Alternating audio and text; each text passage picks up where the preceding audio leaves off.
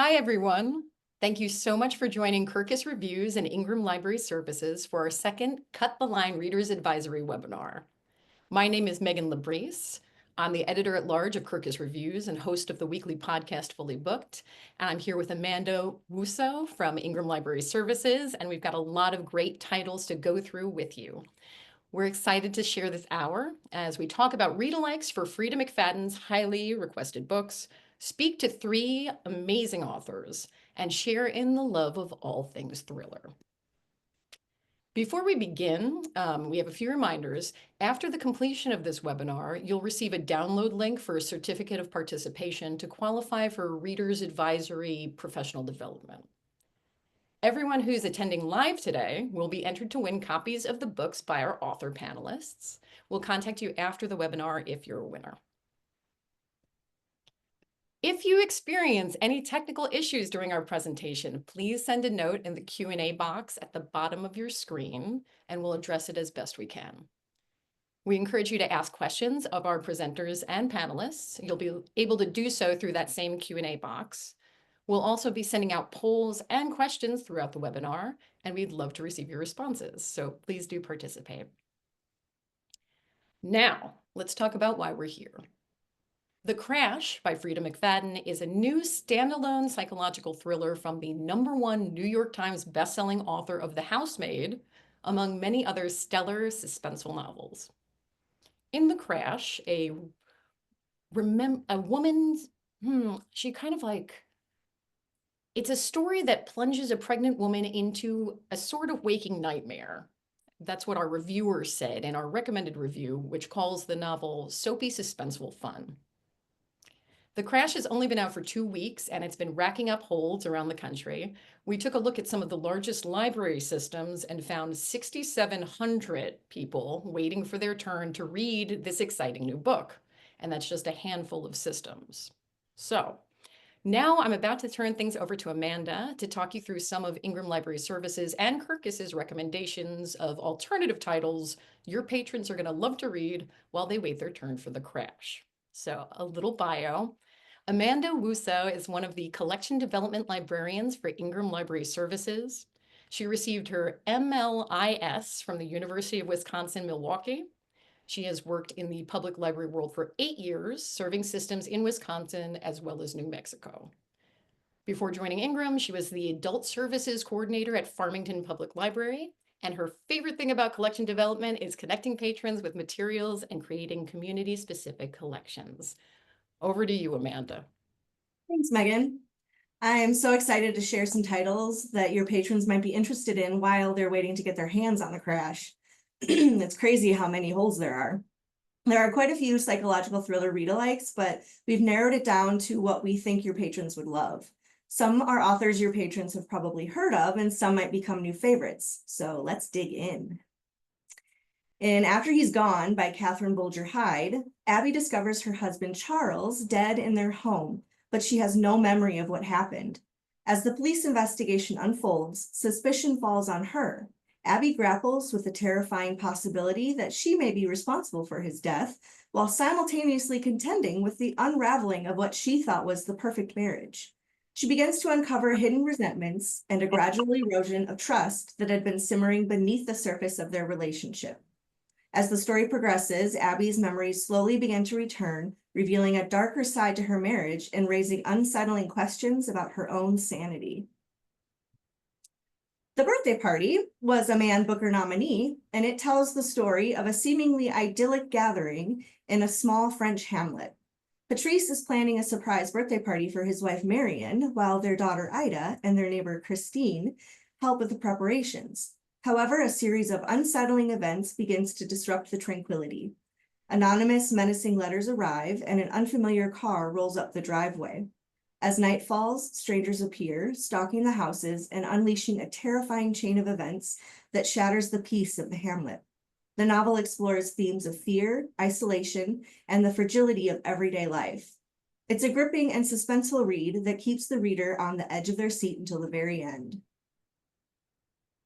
Paula Hawkins does not disappoint with her latest thriller, The Blue Hour. It was one of Good Morning America's book club picks and was a Library Reads Award winner in 2024. Grace is a single woman living on a remote Scottish island accessible from the mainland only during specific tidal hours. Grace's life is intertwined with the enigmatic Vanessa Chapman, a famous artist whose husband vanished 20 years prior. When a shocking discovery is made in a London art gallery connecting Grace to Vanessa's past, a visitor arrives on the island intent on uncovering the truth. This encounter forces Grace to confront the secrets of the island and the unsettling legacy of Vanessa Chapman, leading to a suspenseful and atmospheric exploration of art, obsession, and the enduring power of the past. The center tells the story of Anissa, a young woman struggling to find her place in the world. Content to coast through life, she translates mediocre Bollywood films while living off her parents' wealth. Then she learns about the Center, a secretive and exclusive language program that promises fluency in any language within 10 days. Intrigued, Anissa enrolls, leaving behind her life and entering the program's mysterious world. Stripped of her possessions and cut off from the outside world, Anissa undergoes a series of strange and rigorous exercises. As she delves deeper into the program, she discovers a disturbing undercurrent, questioning the true cost of her newfound fluency and the unsettling power wielded by the center. Like The Crash, this is intricately plotted, and the darkly humorous story is fast-paced, perfect for thriller fans. Daughter of Mine by fan favorite Megan Miranda is a suspenseful and atmospheric thriller that explores themes of family secrets, guilt, and the power of the past. Hazel Sharp, the daughter of Mirror Lake's longtime sheriff, unexpectedly inherits her childhood home after his death. Returning to the town she left behind years ago, Hazel is drawn back into the mysteries of her past, particularly the disappearance of her mother decades earlier. As a severe drought grips the region, the water level in the lake drops, revealing long hidden secrets and stirring up old tensions within the community. Hazel begins to uncover disturbing truths about her family's history, including her mother's disappearance and her father's involvement in a tragic accident. Look for Megan Miranda's newest, You Belong Here, in July. Nicola Sanders is a fairly new author, but she's honed her thriller skills with her latest, Don't Believe Her. Ellie's life seems perfect. She's engaged to Nick, the man she has loved since childhood, and they're building a future for their daughter. But her world is shattered when Nick's estranged sister, Carla, returns after 12 years of disappearance. While everyone else is overjoyed, Ellie senses something is amiss. Carla's behavior is unsettling. Her memories don't quite match Ellie's own, and a chilling unease lingers in her presence. As Ellie delves deeper, she discovers a web of secrets and lies that threaten to unravel her own life and those she loves. Going with the Crash's captivity theme, Gray After Dark tells the story of an Olympic athlete sidelined by injury. Miley takes a summer job at a remote mountain guest lodge in the Frank Church wilderness. Drawn by the promise of solitude and a chance to heal, she finds herself captivated by the rugged beauty of the Idaho backcountry. However, her escape takes a terrifying turn when she's abducted during a morning run. Held captive in a desolate off-grid cabin, Miley must draw upon her athletic prowess, cunning mind, and unwavering will to survive. Facing a chillingly unpredictable captor, Miley grapples with fear, desperation, and the relentless forces of nature. Fellow thriller author Faith Gardner calls this author, Noelle W. Eiley, the queen of survival thriller, and says this is her best work yet. Readers can't seem to get enough of Nikki French, and it continues with Has Anyone Seen Charlotte Salter? Charlotte Salter mysteriously vanishes from her husband Alec's 50th birthday party in their small English village. 30 years later, with Alec now suffering from dementia, his children, Eddie, Niall, and Ollie, reunite in the family home to prepare for his move to a care facility. Their peaceful reunion is disrupted by the arrival of the Ackerley brothers, who are producing a true crime podcast about their mother's disappearance. As the podcast gains traction and stirs up old wounds, long-buried secrets begin to surface, forcing the Salter siblings to confront the truth about their mother's disappearance and the impact it has had on their lives. The suspenseful mood and intricate plot mirrors that of The Crash. Nikki French also has a new book coming out in March, The Last Days of Kira Mullen. The ostensibly perfect lives of two families on a quiet suburban street are shattered by a tragic crime. Hot Springs Drive is a twisted thriller told by multiple perspectives.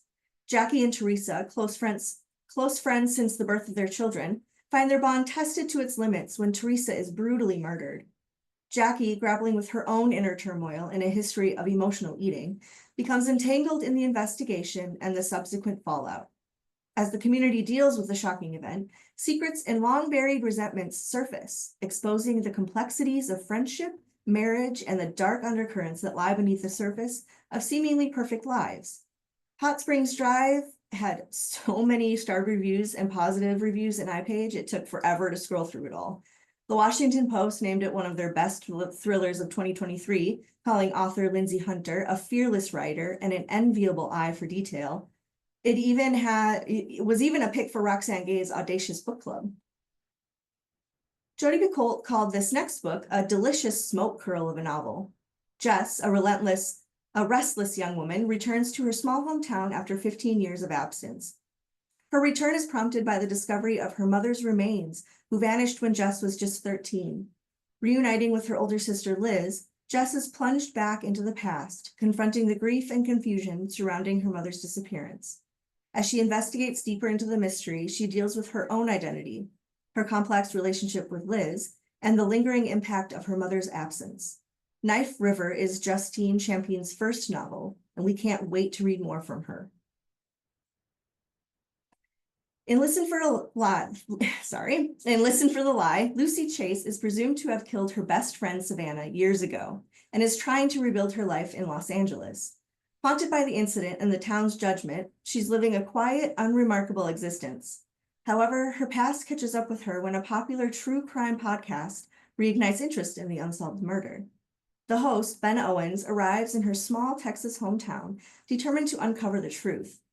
Forced to confront the events of the fateful night, Lucy returns to her hometown, where she must navigate the town's suspicions, the podcast's scrutiny, and her own fragmented memories.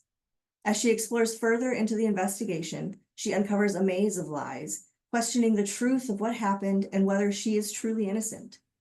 Amy Tintera is typically known for her young adult novels, but her transition to adult thriller was seamless. Let me list the accolades for this book.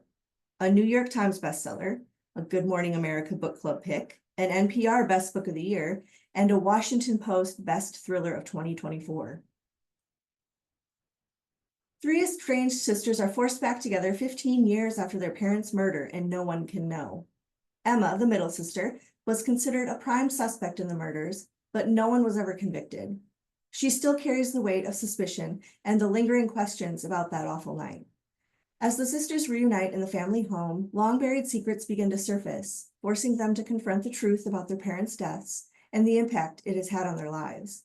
Author Kate Alice Marshall delivers a fast-paced novel full of twists and emotional depth. Like The Crash, it has an intricate plot told through multiple perspectives. Next month, she offers up another thriller with a killing cold, so don't miss out. Well-known author Lucinda Berry is a former psychologist, so she knows firsthand how to create an intense psychological thriller. Off the Deep End is complex and intricately plotted. Jules Hart, a therapist turned stay-at-home mom, experiences a life-altering tragedy when she crashes her car into an icy lake. Her son and another teenage boy, Isaac Greer, are submerged. Jules manages to save Isaac, but her own son tragically drowns. Devastated by grief and guilt, Jules spirals into a deep depression. 10 months later, Isaac mysteriously vanishes, and Jules finds herself at the center of a police investigation. As the investigation unfolds, Jules contends with her own fragile mental state, the weight of her loss, and the unsettling possibility that she may be connected to Isaac's disappearance. From Muslim author Kia Abdullah comes Perfectly Nice Neighbors. Salma Khatun and her family move into a beautiful suburban neighborhood, hoping for a fresh start. However, their welcome is quickly soured by their neighbor, Tom Hutton, who displays subtle yet unsettling acts of racism. As tensions escalate between the two families, Salma finds herself increasingly isolated and fearful for her family's safety. The story explores themes of racism, prejudice, and the vulnerability of community, while diving into the complexities of human relationships and the lengths people will go to protect their families. Another fan favorite author is Mary Kubica. Her thrillers always seem to hit the mark. In She's Not Sorry, Megan Michaels, a single mother and ICU nurse, encounters a mysterious patient named Caitlin who arrives at the hospital in a coma after falling from a bridge. As Megan cares for Caitlin, she becomes progressively intrigued by the patient's life and the circumstances surrounding the fall. Was it truly a suicide attempt, or was there something more sinister at play? Megan's investigation leads her down a dangerous path, uncovering a web of secrets and lies that threaten to endanger her own life and the life of her teenage daughter. Nita Prose called this a tense, compelling thriller with completely gasp-worthy twists. Annie Lin, a woman of Taiwanese, Chinese, and Hawaiian heritage, is struggling to heal from a series of devastating losses. She and her husband Brody have moved to Kauai with their young son Finn, hoping for a fresh start. One stormy night, a stranger knocks on their door seeking shelter. Annie, feeling a strange connection to the woman, invites her in. As the night progresses, Annie begins to realize that this woman is not who she claims to be. Their lives become intertwined in unexpected and unsettling ways, leading to a series of shocking revelations. Someone Else's Life is a suspenseful and atmospheric thriller that explores themes of identity, belonging, and the frailty of reality. It delves into the complexities of human connection and the startling ways our lives can become intertwined. Like The Crash, this one is also definitely intricately plotted and suspenseful. Lynn Liao Butler is releasing another thriller in October called The Deadly Book Club, so mark your calendars. Author David Mark is no stranger to the criminal mind. He was a crime reporter in England before becoming an author. He has another upcoming thriller, so keep your eyes peeled. But in Suspicious Minds, Liz Zahavi is desperate. Desperate for her controlling partner Jay to stay with her, desperate to be well again after a recent diagnosis of borderline personality disorder, and desperate to be understood. Private therapy seems like the answer to her prayers, but Liz doesn't even make it to her first appointment. Lost in a maze of country roads, she crashes her car, only to be rescued by a brooding local farmer, Jude. Jude is a dream, and Liz doesn't want to wake up. But 4 years ago, Jude's perfect pretty wife died alone in the woods near their house. As Jude's past boils into the present, threatening to destroy their new happiness, Liz begins to wonder what exactly her new man is capable of, and how far he's willing to go. The very popular J.T. Ellison builds a complex, suspenseful thriller just like The Crash in her latest, A Very Bad Thing. World-renowned author Columbia Granger is found dead in her hotel room during a book tour. Her daughter Darian, who also serves as her publicist, is left reeling from the shock and grief. The police investigation reveals that Columbia had a complex past filled with secrets and hidden relationships. As the investigation unfolds, Darian finds herself entangled in a web of lies and deceit, forced to confront the truth about her mother and the people in her life. With a hungry reporter and a frustrated cop on the trail, Darian must navigate a dangerous game of cat and mouse, all while trying to protect her own reputation and uncover the truth about her mother's murder. Other thriller writers have raved about this book. Meg Gardner called it twisting, juicy, suspenseful, and heartfelt, while Jane Ann Krentz said it's wonderfully smart. Look out for her latest, releasing in September. In While We Were Burning, Elizabeth Smith's seemingly perfect life in the Memphis suburbs is destroyed when her closest friend, Brianna, is found dead by suicide. Unable to accept the official ruling, Elizabeth embarks on a desperate quest to uncover the truth, leading her down a dangerous path. As she investigates further, she uncovers secrets and lies that expose the complexities of race, class, and the devastating consequences of systematic justice. I literally don't have the time to list all the high praise and lists this book has been on, but I will give some highlights. Reviews say that it is fast-paced and thrilling. It's a fast-paced revenge story, masterful, and raw, original, and unapologetic. I could go on, but you get the idea. Claire Douglas delivers once again with The Woman Who Lied, a suspenseful thriller that explores the blurring lines between fiction and reality, and the chilling possibility that life can imitate art in the most terrifying ways. Amelia Ward, a successful novelist, enjoys what seems like a perfect life with her husband and children. However, her perfect existence is shattered when she discovers someone has been watching her family from the shadows. As a writer of suspense novels, Amelia initially believes these incidents are merely eerie coincidences, perhaps even inspiration for her next book. But as the events escalate, she realizes a terrifying truth. Someone is mirroring the plots of her novels, and their intentions are far from harmless. Forced to confront the darkness within her own imagination, Amelia must unravel the mystery before her family becomes the next victims. This offers multiple perspectives with an intricate plot, just like The Crash. Douglas's next thriller, The New Neighbors, comes out next month. In You Know What You Did, Vietnamese Annie An Lee Shaw appears to have it all: a successful art career, a loving husband, and a beautiful daughter. However, the sudden death of her mother, a Vietnam War refugee, ruins her carefully constructed life. Annie's obsessive-compulsive disorder, which she thought she had conquered, resurfaces with a vengeance.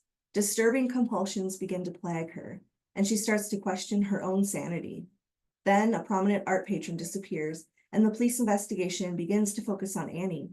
As her life spirals out of control, she finds herself entangled in chaotic lies, struggling to prove her innocence while battling her own demons. This is perfect for fans of Lisa Jewell. Ruth Ware has proved herself to be an ace thriller author. In 0 Days, Jack and her husband Gabe are highly skilled cybersecurity experts. Their job involves penetration testing, breaking into buildings and hacking security systems for companies to test their defenses. However, after a routine assignment goes horribly wrong, Jack returns home to find Gabe dead. To her horror, the police suspect her involvement in his murder. Suddenly a fugitive, Jack must go on the run, using her own expertise to evade capture and clear her name. As she navigates the shadowy world of cybersecurity, she uncovers deceit and betrayal, leading her to question everything she thought she knew about her husband and the world around them. David Baldacci called this a rocket ride that will satisfy the biggest thriller addicts out there. Ware releases her next great read in July. Whew, what a list. I hope your patrons find one they love. Maybe it will be one of the titles for my panelists, one of which is a fellow with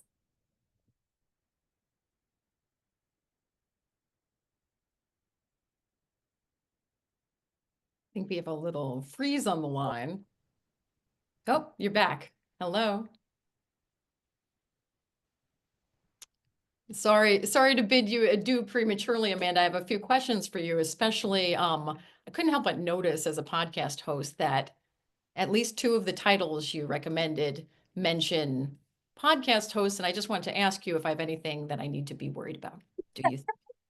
Well, they're the ones that are investigating. So I guess you might be investigating the next authors.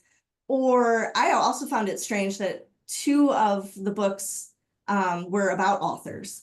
That was also interesting. So yeah.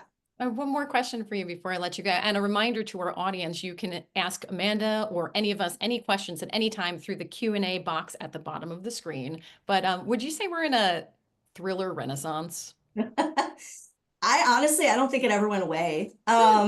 I think thriller has always been super popular. Yeah. And I think it's just now getting the attention that it really deserves. Some authors are just becoming really popular and bringing attention to it. Well, it sounded like a lot of exciting choices there. Thank you so much for presenting them so beautifully to us today. Thank Appreciate it. you. All right. So now we're going to hear a little bit about the authors you're about to meet on today's panel. Katia Lief is the author of Invisible Woman, published by Atlantic Monthly. She is the author of A Map of the Dark and Last Night, published under the pseudonym Karen Ellis, as well as the USA Today and international best-selling novels 5 Days in Summer, One Cold Night, and The Money Kill, which was nominated for the Mary Higgins Clark Award. She teaches fiction writing at the New School in Manhattan and lives with her family in Brooklyn. In Invisible Woman, a dangerous secret held for too long between estranged best friends rises to the surface, and a long marriage comes apart with devastating consequences. In a starred review, Kirkus calls Invisible Woman absolutely a novel of its time and a novel of women's stories across time. Jessie Garcia is the author of The Business Trip, published by St. Martin's. She is an award-winning sports journalist whose career in TV news has run the gamut from anchor reporter. She was actually the first female sports anchor in the state of Wisconsin, to management. She is the news director at CBS 58 in Milwaukee and the author of 3 nonfiction books, including Going for Wisconsin Gold, a 2016 Midwest Book Award finalist. She's taught journalism at 4 universities, A native of Madison, she has 2 adult sons and resides in Milwaukee with her husband, dog, and cat. The Business Trip is a gripping, binge-worthy debut about 2 strangers on a plane who disappear after meeting the same man. Kirkus calls it a thriller that will keep you guessing with unexpected plot twists. Araminta Hall is the author of One of the Good Guys, published by Gillian Flynn Books. She's the author of Everything and Nothing, Our Kind of Cruelty, and Imperfect Women. She has an MA in creative writing and authorship from the University of Sussex and teaches creative writing in Brighton, where she lives with her husband and 3 children. One of the Good Guys asks, if most men claim to be good, why are most women still afraid to walk home alone at night? Kirkus calls it a fascinating read. Welcome, everybody, to the panel.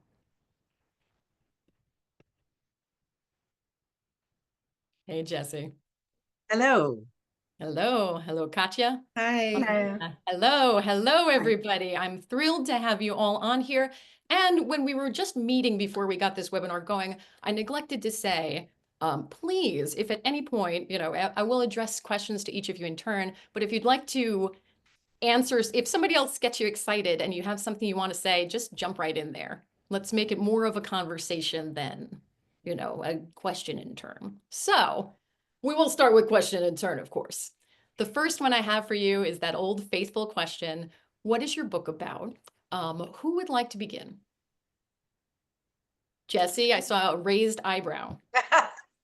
That was just who wants to begin? Sure, I can start. The business trip, you heard a little bit about it there, but you're going to meet 2 women in the beginning, Jasmine and Stephanie. Jasmine is fleeing an abusive relationship, and Stephanie is a newsroom executive, and she is going on a business conference. And they're both getting on a plane out of Madison, Wisconsin, and that plane is going to Denver, and then Stephanie's going on to her conference, which is in San Diego. So this book is divided into 4 parts, and part 1 is you meet these women, you learn their backgrounds, they get on the plane. Part 2 turns to their friends and family as they start to get strange texts and things from both of these women, and they're trying to understand what's going on. For instance, Stephanie is asking to stay later at this conference, and her coworkers are kind of baffled, things like that. Part 3 turns to one of the conference attendees, and you're seeing things from the perspective of that person. And then part 4 is really kind of where it all comes together in the final reveal. One thing that's a little bit unusual, I guess, about my book is that there are 10 different points of view in this book, which is a lot. But readers have said that they're not confused. It kind of helps to propel the plot. And when you see all these different things from different coworkers, loved ones, the women themselves, people at the conference, etc., until it kind of all comes together at the end. It's, as you heard, it is my debut. It was an absolute blast to write, and I'm just thrilled to be here today. So thank you very much for having me. We'll pass it on to one of the other authors. But I will say one thing, not confused, no, terrified at times, yes. Excited to learn more about this story and see it unfold, yes, but not confused. No, it all makes sense. Okay, well, that's good to know. Thank you. Of course. May we please hear from Araminta next? Well, my book is about a man called Cole who moves to the south coast of England, a remote stretch of it, because his marriage has ended and he's suffering this terrible heartbreak, and he cannot work out what happened because he's sort of every woman's dream, or so he thinks. He's kind and loving, and he wants to have children, and he's supportive of his wife. And when he gets to this place, he meets a woman who is living in this incredibly isolated cottage right on the edge of a sort of crumbling cliff. And she's an artist, and she tells him she's having a year away to sort of get her head together and work things out. And they start this friendship that is going to possibly become a romance. You can't quite tell. And then just as that is happening, there are 2 young women who are doing a coast-to-coast walk for charity, protesting male violence against women. And they disappear without a trace, almost outside Lenny, who is the woman who Cole meets outside Lenny's front door.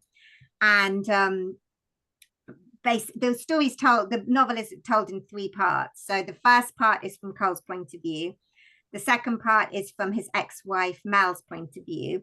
And the third is from Lenny's point of view. And within Lenny's section, there is a lot of social media and news stories, because we pick up with her when the press have got hold of the fact that these women have disappeared without a trace. And the internet, the whole sort of country seems to be going wild with speculation. Dun, dun, dun. Yeah. Very much. Katia, how about you? Hi. So Invisible Woman is the story of Joni Ackerman, who, with her husband, Paul Lovett, has just moved from Los Angeles to New York. It's set in 2018, which is significant, because just after they arrived, they work in Joni, who had been a young, very celebrated filmmaker. And then as her life went on, her career sort of went down, and she raised kids, while her husband, who was a television producer, his career grew and grew and grew until he's now a mogul. And they've come to New York so he can open a studio, a big sort of hot studio in New York. So the novel opens when they've recently arrived. And just around the same time, all of these Me Too scandals are starting to crack open. And one of them starts to kind of pull her husband in ways that peel off layers of who she thought he was. All these decades they've been married. I have 2 daughters who are grown. And as Joni starts to kind of pick up the details of her past and look at them through this sort of newly wiped clear Me Too lens, and see it differently, looking backwards with all this new perspective and information, she becomes increasingly more shocked. At the same time, she's personally in a very kind of not good place, having moved. She's just kind of heading toward a personal bottom when all this is happening. She's a big fan of Patricia Highsmith novels, which I write about in the book. She had Strangers on a Train was a big inspiration for the film that in the past had made her kind of famous briefly. And she's starting to revisit those novels. And so the Highsmith thinking about the characters crossing borders starts to merge with her thinking in terms of her this sort of erupting rage against what she's learning about her husband and information about her best friend and all of this stuff. So this is I call it feminist psychological suspense. And it's only feminist because it's about this woman who's, instead of saying, oh, there's my anger over there, it looks hot, I'm moving away, she turns toward it, kind of picks it up. And it's about what she does with it, what happens with her. And of course, I can't tell you what she does. Although my next book is coming out in June. It's called Women Like Us. And it's 5 years later, and it's Joni's story 5 years later. So all of the information about this book, it just tells you what happens. I mean, it's just one big reveal of the check. So you'll know, but I'm not going to tell you here. She basically follows things up to borders and then challenges herself to cross them. So in a sense, it's kind of her awakening, this story. Yeah. I'm really glad you mentioned the Me Too movement, Katia. Okay. It sounds like there's a very direct inspiration for this book there, fair to say. Yes. Araminta, I wanted to ask you, is your book, would you say, is there some sort of inspiration your novel draws from the Me Too movement? Absolutely. I mean, yeah, I've spoken about this a lot and written about it. Yeah, for me, it was completely. Actually, for me, it's more of a post Me Too feeling. Like I feel like we're sort of 7 years post Me Too now, and you know, what happened was extraordinary, and so brave, and laws changed. But I've sort of kept on asking this question as to what, you know, what has fundamentally changed in women's lives, and that sort of feeling of, you know, you turn onto a dark street, or you're walking through a deserted wood, or your car's at the top of a multi-story car park, and we still feel vulnerable and frightened. And I just got to thinking about how, you know, I mean, male violence against women is at an all-time high around the world, and I just got to thinking about how unfair that is, and how, you know, how we can't really talk about equality in any real sense until we feel safe in our environments. And just so many women do not feel safe in their environments. And I mean, you know, you just have to look at the people who rule us, so govern us, and, you know, celebrities, and then for lots of women, men inside their homes. And you just realize, you know, we all feel vulnerable all the time, and, you know, with all the sort of men that are on our screens and everything, they don't seem to have much respect for us. And I just, you know, and also every time a woman goes missing, or every time you discover who has, you know, either a celebrity who's been, you know, inappropriate, or someone who's actually killed someone. Certainly in the UK, that there's always someone who comes out and says, "Oh, he was such a good guy," you know, um, and you sort of just think we've got to move away from this narrative that, you know, men can get away with sort of doing the bare minimum and be considered good guys. But actually, the, you know, the point of my book is not so much about the man in the book who genuinely does believe himself to be a good guy and doesn't do anything terrible. This is not about a book about a really bad man as such. I mean, although he's not as great as he thinks he is, most certainly. It's about the women who have had enough of the way society just continually lets this sort of violence against women roll on and on and on without addressing it. So yeah, it's sort of a book that presents as a traditional thriller, but is very much about sort of violence against women and what we maybe could do about it. Yeah. Jessie, of course, your book, I mean, the impetus for Jasmine's departure in this book is, you know, a menacing boyfriend.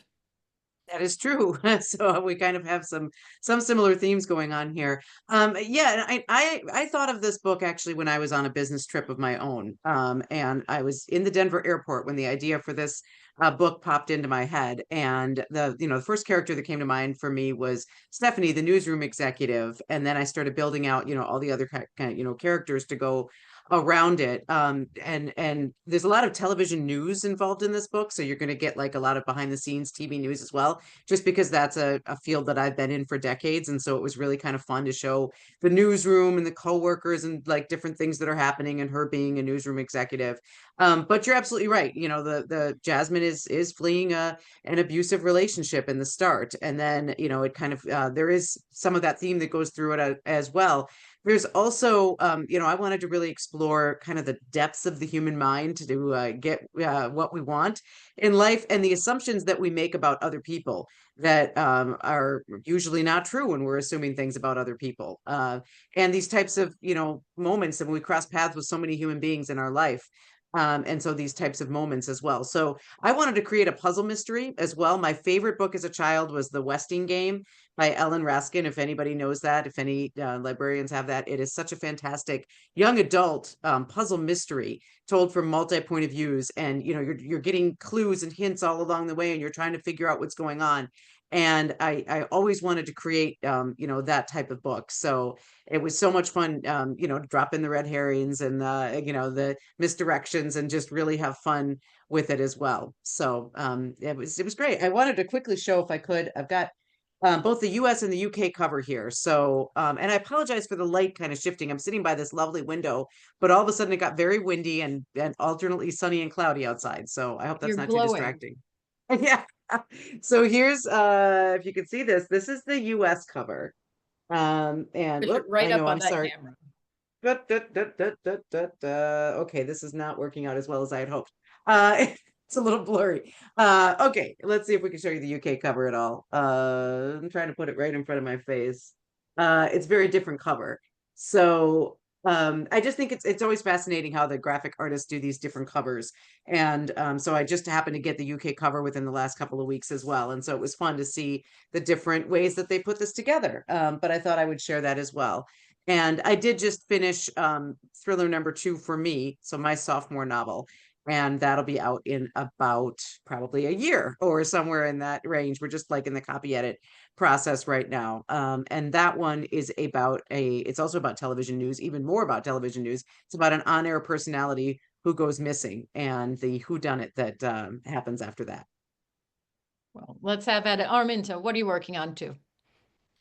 I've just finished another novel. I'm not quite as quick as when we were going through the at the beginning, and everyone had just had a novel out, and is another one's coming out. No, I'm a little bit slower. So I've just finished a book actually about a woman who sort of she's her whole life has been sort of devastated by something she did in as a young person. And then she discovers that a very famous novelist has written about it. And so, yeah, it's sort of about memory and truth and all those sorts of things. How do you want a reader to feel when they read your book, Katia? When they read my book, I mean, all the obvious suspense stuff, the readers who come to, I think, all our books want to feel a little pulled to the edge of their seat and really grabbed by the book. But also, and this is what I was going for with Invisible Woman, because I know of a lot of our readers are women, because we're telling women's stories. I mean, not all, but that's how it seems to be. I want now to try to write more honestly about women, how we feel, and beyond any external expectations of it, and really to try to look at that, and to bring it out. So my hope is to, if I can be honest, and maybe the readers will feel some resonance and say, yeah, I get that. To connect, I think, is, yeah. Araminta, what about you? And also Deborah in the chat asks, when is your new book coming out? My new book, I'm nowhere near that stage yet. I'm literally just finishing it, and it's with my agent at the moment. So I don't know. Again, I'm sure well over a year, I'd have thought now. What do I want people to feel? Primarily I want to entertain people and exactly get that feeling of turning the page, because ultimately, we're in that business of trying to entertain people.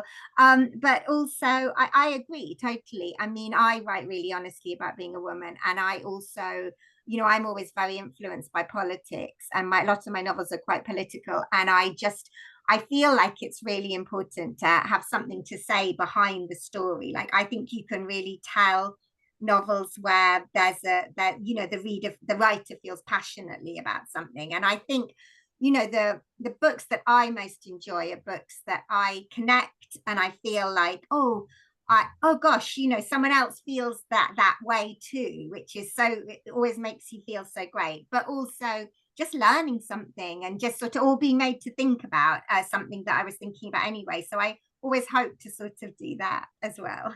Yeah, I completely agree with you on that. And in no way precludes, you can still get the thrills and chills and, the excitement and the catharsis and the entertainment, really, like I read thrillers yeah. to be entertained. And then on top of it, or beneath the surface, you have. Yeah. Now, Jessie, I love how you talked about wanting to make that kind of puzzle box book for your readers, something to discover the clues or maybe not notice what was a clue the first time around. I really love that in the reader's experience. So I have a kind of a random question for you from the chat. Are you game? Sure. All right. This is from Melissa. She asks, Could you talk just a little bit about your life as a female sports writer? Once upon a time, before Melissa was a librarian, she worked in a Division I college. She worked in Division I college athletics, and women in the male-dominated sports field always are my heroes, she says. Oh, that's very nice. Yeah, no, I'd be happy to. I broke into sports in the early 90s. There were some sports broadcasters on the national level, but there really weren't that many women on the local level. So, as you mentioned earlier, I wound up being the first female sports anchor in the state of Wisconsin. And it's funny, I didn't grow up loving sports or being a good athlete at all. Sports were not a part of my life as a young child. I was raised by a single mother. She wasn't interested in sports. I don't remember attending or participating in really any sports as a kid. Never a good athlete, but I always knew I wanted to be a writer. And when I joined my high school and then my college newspaper, I started writing sports because it was more fun. You got to have fun with the writing more so than news writing, which was, obviously a lot more serious. And so I just sort of taught myself sports and gravitated towards sports. And I did write a memoir about my time as a sportscaster. So if you really want to see any of that, it's My Life with the Green and Gold, Tales from 20 Years of Sportscasting.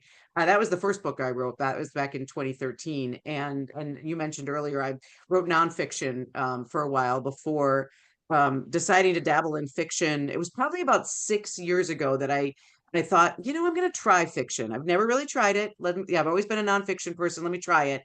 And I took a fiction prompt class, which, by the way, I would recommend for anybody if you just want to sample writing fiction.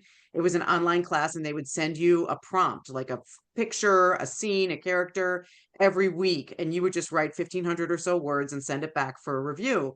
And that kind of got me hooked on fiction writing, and because it was so much fun. And I'm still a journalist today, in a television newsroom. So I live in the world of facts and reality all day long. And so it's really, really fun for me to come home and then be able to use my imagination when I'm doing fiction. So, stretch a whole different muscle there. But yeah, being one of the Sports. first women, yeah, just to bring it back to that, there were some bumps in the road. There were times that I remember one night I had just finished the sportscast at the station I was working at, and a man called and he said, "I'm never going to watch that channel again because chicks don't know anything about sports and you're a chick."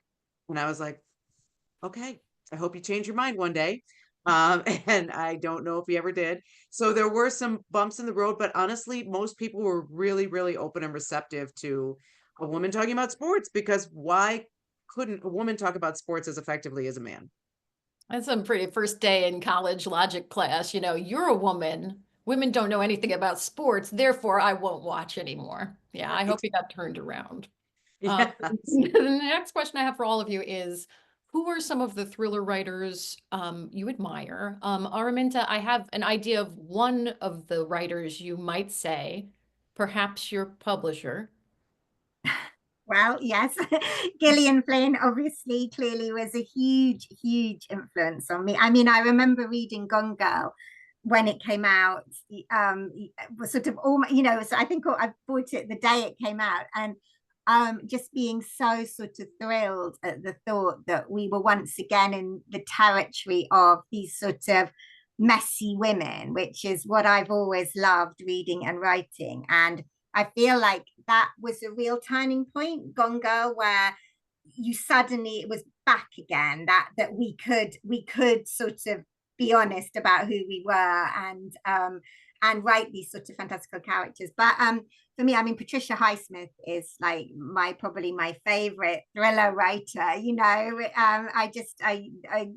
everything she's ever written, but I've obviously got some favorites. And then I love sort of those writers of the 50s. Like I love Iris Murdoch and Daphne du Maurier and people like that, who I feel would be totally classed as thriller writers if they were writing today. I mean, I even feel like sort of Charlotte Bronte would be classed as a thriller, Jane Eyre is a thriller sort of thing. So I absolutely love it. But I mean, there are so many amazing writers working today, like Megan Abbott, Ivy Pacoda, I love, just so many that thrillers are definitely, there are a lot out there. Katia, I see you shaking your head. First of all, ditto to everything Araminta just said. Yeah. I mean, absolutely. For me, absolutely. Patricia Highsmith, obviously, I really go into that in my novel with my character. And one book that I know is never classified as a thriller that I know of, but that I've actually taught, because I teach fiction writing, and at times when I've taught suspense, I've used this. It's The Collector by John Fowles. Absolutely. So it's, you know, he's a literary author, great writer. It was his first novel. If that's not a thriller, what is? It is some of the most powerful psychological suspense I have ever read, going into the mind of a very disturbed young man in a way that just feels so believable and so chilling. And also it is a dual perspective, his point of view and also the young woman that he kind of goes after. But to me, that's a master class in writing suspense. And in writing the bad guys is very, very hard, I think. I wonder what Araminta and Jessie think, but writing the bad guys, you know, it's hard not to slip into cliches and cartoons and caricatures. But real bad guys, the ones I think that we're trying to write about, are as involved in their own realities as we are in ours, in our inner selves and in our minds, right? So capturing that is really, really hard, partly because as a writer, it's a really scary place to go. Also because we probably pretty much haven't gone there in reality. So it's a hard place to be. And anyway, John Fowles, The Collector. So if anyone is ever putting together a list of suspense writers, you want to put somebody on that's not usually added, also from the past, I mean, I put him right there as a master class in it. Thank you. Also, Deborah in the chat, that was Fowles title again. Hope you caught it, The Collector. Yep. Jessie, how Nice. about you? Well, we're here for Frida, and so, you know, I have to say, Hey. Frida McFadden, you know, it's funny because I've been a little bit late to the fiction game. I used to always, when I went to the library, just pick up mountains of nonfiction. I loved memoirs and biographies. And so now that I'm writing fiction, I feel like I'm kind of playing catch up, other than like the really major ones, you know, Gone Girl, I read years ago, that kind of thing. So I go to the library now and I just grab a million mysteries and thrillers, and they're just all stacked up on my bedside table. And you know, I just start reading all of them and see like which one is going to catch my attention right off the top and carry me through. But yeah, I mean, I really enjoy Frida. I mean, Julie Clark, Tess Gerritsen, Geneva Rose. You know, I mean, I could kind of go on and on with some of the ones that I've read. And of course, Stephen King. You know, I mean, you have to you have to look at the masters too. So yeah, I'm enjoying getting into fiction, even though I feel like I'm playing catch up. We've got a little extra love for The Collector by John Fowles in the Q&A. Thank you, Kendra. Okay, apparently everybody, we're going to be stocking The Collector too. This is something that I guess we've kind of danced around the edges of in the course of our conversation. And it's like, we were talking about books you would characterize as a thriller. So what is a thriller really? And I was actually trying to dig into this a little bit because I love, you know what words mean, but you don't necessarily know the meanings of words sometimes. So I was looking it up. I was seeing what other people say a thriller is versus a mystery. I was wondering what your own concept of thriller, psychological thriller is. Anybody want to take a stab at it? Katia. The way I would describe it is that in a mystery, the crime has already happened. Yeah. And we're trying to piece it together like a puzzle so we can see it clearly. And with a thriller, the crime is going to happen. And the question is whether or not it will. That's my answer. Yeah, and Yeah, I had read somewhere that oh, sorry. I was just gonna say I had read somewhere that a mystery involves a detective, and a thriller doesn't necessarily involve a detective. And a thriller, I mean, by nature of it, is going to just give you these thrills, you know, is going to give you the thrills and chills and keep you up reading at night. Not that a mystery is not, you know, but there are cozy mysteries and there are all these different kind of genres as well. You know, but a thriller is supposed to get your heart pounding and keep it going. Maybe it's just me, but I love in a cozy mystery. It's like, oh, and then there's the body, and but now we're gonna have a cup of tea and we're petting the cat. It's like, that's okay. I feel fine. Araminta, what do you think? No, I was going to. Well, I think in thrillers, often there doesn't even need to be a crime.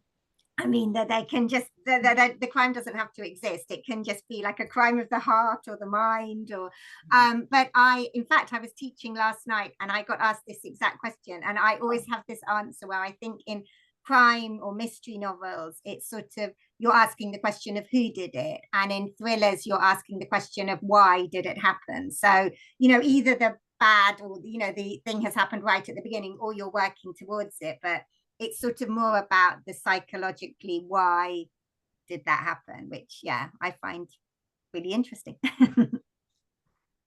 I think maybe we'll go for something that sort of summarizes what we've been discussing today, but maybe we could just, home in on this a little bit more. It's unmistakable. Psychological thrillers are highly entertaining, and you get the thrills and the chills and the shock and the catharsis and all that deliciousness. And as we've highlighted in this conversation, in addition, this genre specifically, I'd say, is doing some of the most interesting work in fiction around cultural and political issues.